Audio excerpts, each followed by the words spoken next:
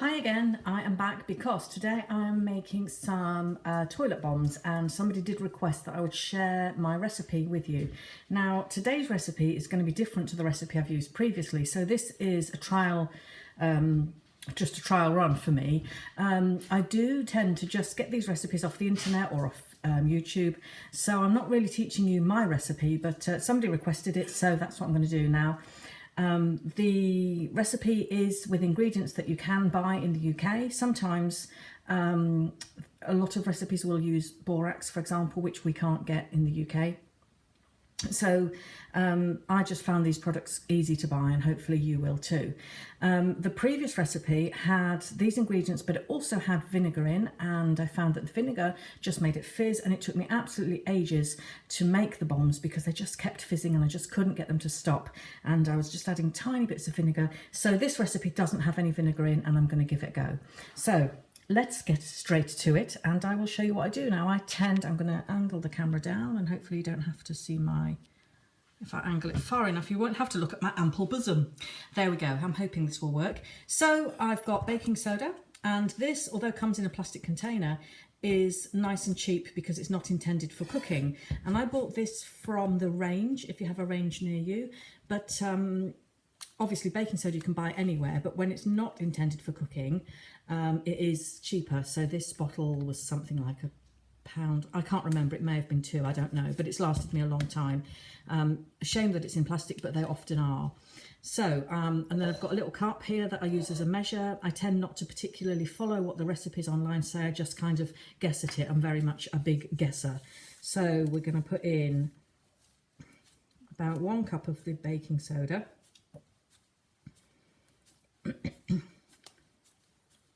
And we also need citric acid, which I've got here, and I was able to buy that at a local hardware store. It was £2.15.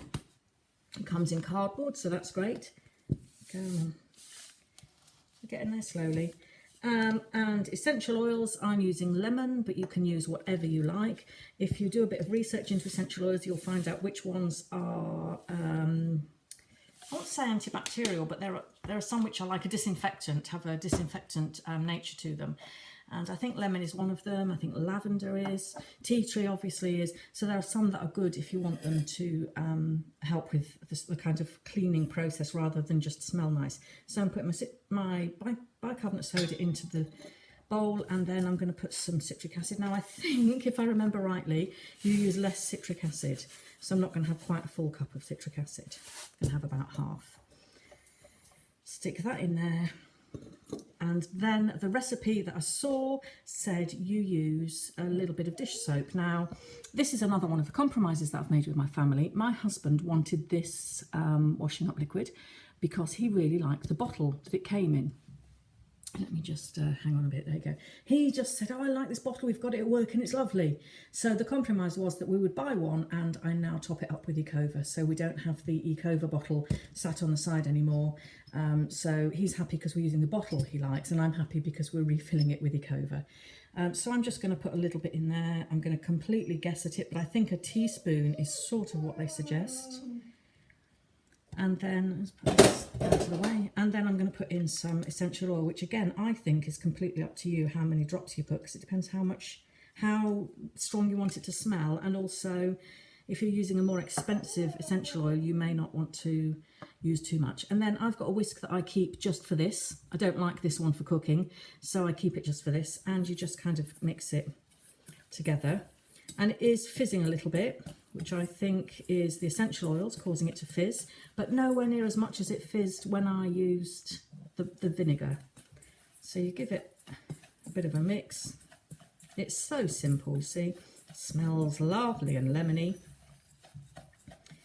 And then, I don't know how many this is going to make. I make quite big toilet bombs, so here's my container. This is a silicone one. I've also got this one, which makes even bigger toilet bombs. These are slightly smaller. Just pop them in there. So it might be worth wearing gloves because of the citric acid, but I ain't gonna, because my skin tends to be okay with pretty much anything. and I'm going to kind of half fill them, I think. The experience I had last time was filling them, they kept fizzing, and I'd put the lid on and I'd come back and find that they were fizzing away and the lid was sort of popping off. So I'm going to give them room to expand and fizz. See, that one's, again, fizzed up. And so I just kept having to press it down, and this is why I'm not using vinegar this time, because it just took me forever. I just kept coming back and pressing it down because it kept fizzing up. And you do need to press it down because it needs to be quite tightly packed into there. Otherwise they will just fall apart as soon as you try and take them out. Now I'm only going to get 4 out of this small amount, I think, possibly 5. Let's make a 5th one. So next time I need to make a lot more. So I've got sort of 4.5, and you basically just keep pushing it down because it does need to be quite tightly packed in. And let me see if I pull this here a bit. Can you see this one is nearly at the top?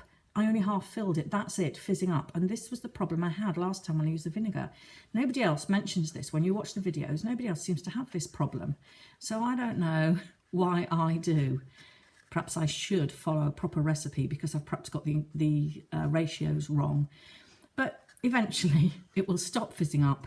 You press it right down and it should hold together. There's not much liquid in there, but the small amount of liquid should hold it together.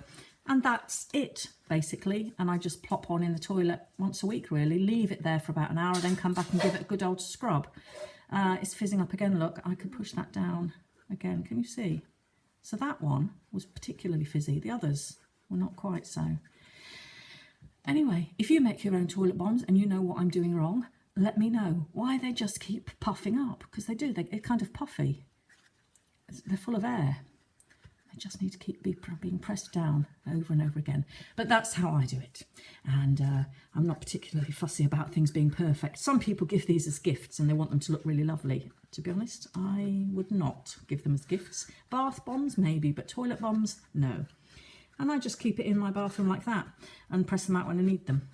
So they just stay in there until I'm ready to use them. And this container is for this purpose. I don't ever use it for food. Okay, there you go. Thank you for watching. Back again soon. Bye bye.